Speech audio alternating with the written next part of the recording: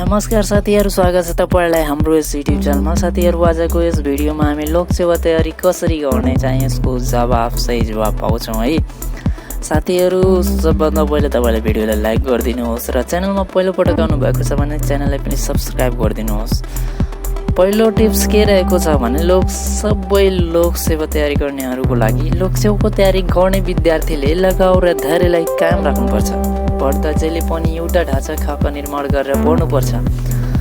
आफ्नो कमजोरीहरु नलजाई पत्ता लगाउनु पर्छ। जुन विषयमा आफूलाई कमजोर भएको जस्तो लाग्छ त्यसमा थप मेहनत गर्नुपर्छ अनि मात्र सफलता हासिल गर्न सकिनेछ है।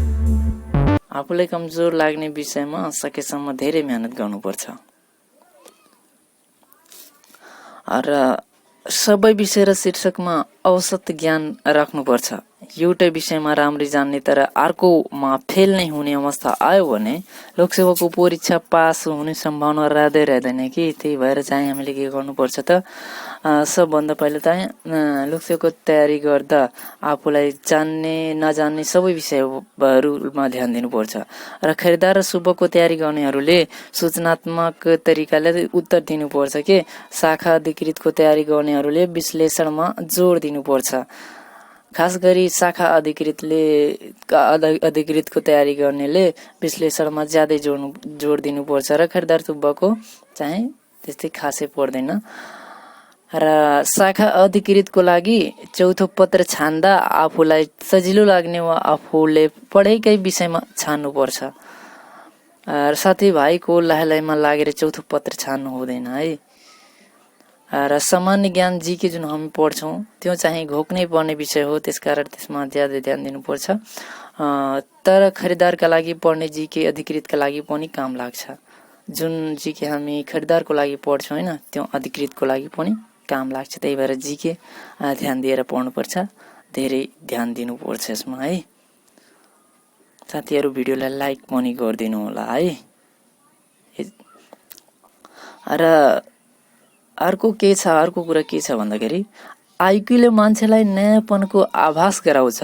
आइक्यूमा राम्रो गर्न सक्ने विद्यार्थीले अरु सबैमा राम्रो गर्न सक्छ कि। त्यही भएर हामीले आफ्नो आइक्यूलाई अरु आइक्यूसँग रिलेटेड प्रश्नमा धेरै ध्यान दिनुपर्छ कि आफूले पढेका कुरामा स्पष्ट धारणा बनाउनु पर्छ। पढ्दा सकेसम्म दिमागमा सो विषयको चित्र नै उतारेर पढ्नुपर्छ। पढेको विषयमा पनि स्पष्ट धारणा बने नभए सामान्य जानकारी पनि रहेन भने चाहिँ सोही विषयमा थप मेहनत गरिहाल्नुपर्छ कि। आफूले जुन विषय पढ्यो त्यसमा स्पष्ट धारणा हुनुपर्छ। मैले के पढेँ त्यो याद हुनुपर्छ कि।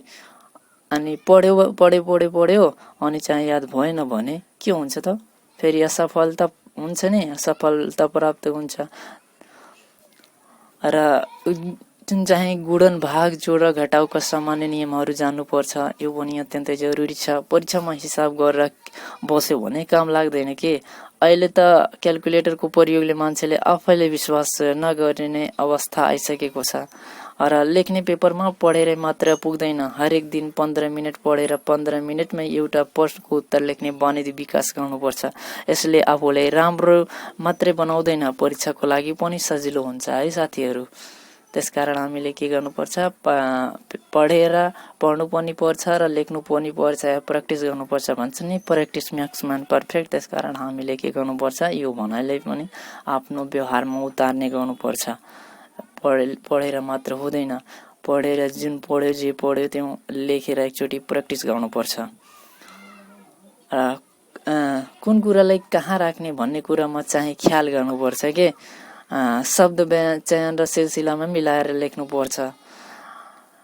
मिलाएर लेख्यो भने के हुन्छ त, हाम्रो सबै गलत हुन्छ। त्यसकारण हामीले मिलाएर लेख्नुपर्छ। हरेक शीर्षकमा एउटा धारणा चाहिँ बनाउने। जस्तै मुसहर जातिको बारेमा परीक्षामा लेख्न आयो तर यसका बारेमा आफूलाई केही पनि थाहा भएन तर त्यसमा पनि नेपालमा विभिन्न जाति धर्म संस्कृति छन्। त्यसमध्ये मुसहर पनि एक हो। यसका पनि आफ्नै प्रकारका विशेषता छन्। मुसहर समुदायका मान्छेले आफ्नो जाति अनुसारका चाडपर्व खुब रमाइलो गरेर मनाउँछन्। त्यसैले मुसहर जाति पनि नेपालको एउटा महत्त्वपूर्ण जाति हो भनेर चाहिँ लेख्न सक्ने भन्नुपर्छ के। यो पनि त नेपालकै जात जातिभित्र पर्दछ, त्यसकारण यसको बारेमा पनि अत्यन्तै सिलसिला ढङ्गबाट मिलाएर लेख्न सक्नुपर्छ। ठिक छ। यसरी चाहिँ तपाईँले लोकसेवाको तयारी राम्रो गर्न सक्नुहुन्छ। र लोकसेवाको परीक्षा भनेको सुन्दरी प्रतियोगिता हो। त्यहाँ कसलाई राख्ने भनेर मात्रै जाँच लिएको हो, होइन भने जागिरका लागि सबैजना पहिल्यै योग्य हुन्छन्। त्यसैले जाँच कि को नजरमा भ्रम छान्ने नगरी उत्तर हो लेख्नुपर्छ के। पहिलेदेखि नै राम्रो गर्दै आएको विद्यार्थीले 1 महिना पढे पनि नाम निकाल्न सक्छ। अरू सामान्य विद्यार्थीले 6 महिनासम्म कम्तीमा दिनको 5 घण्टा पढ्यो भने नाम निकाल्छ, हो नि। यसरी त गर्न सक्छ। पहिलेदेखि नै राम्रो चाहिँ गर्दै आएको विद्यार्थीले 1 महिना पढे पनि नाम निकाल्न सक्छ।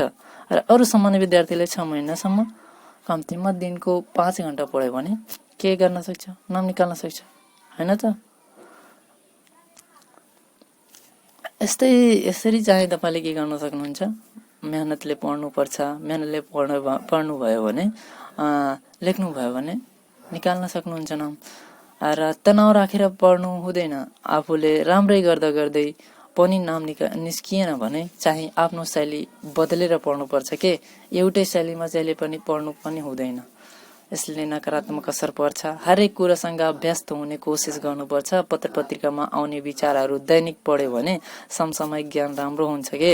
हामीले समसामयिक ज्ञानमा धेरै ध्यान दिनुपर्छ। आजकल युट्युबमा पनि थुप्रै क्वेसनहरू यसरी आइरहेका छन्, तपाईँले हेर्न सक्नुहुन्छ। तर हाम्रो नराम्रो बानी के छ भने हामी नाकै मुनि ठेस लाग्दा पनि देख्दैनौँ। सडक छेउमा चेलीबेटी बेचबिखन नगरौँ भनेर लेखेको प्रचार टाँसेको हुन्छ, तर हामीले ख्याल गर्दैनौँ। तर सोही विषयबारेको ज्ञान लिइहाल्ने कोसिस गर्नुपर्छ के। हामीले चाहिँ बाटोमा हिँड्दा चाहिँ देवालमा केही लेखेको छ भने हामीले त्यसलाई पढ्छौँ, तर आफ्नो व्यवहारमा त्यसलाई उतार्दैनौँ। त्यसलाई हामीले ध्यानै दिँदैनौँ के। हामीले ध्यान दिनुपर्छ यस्ता कुराहरू।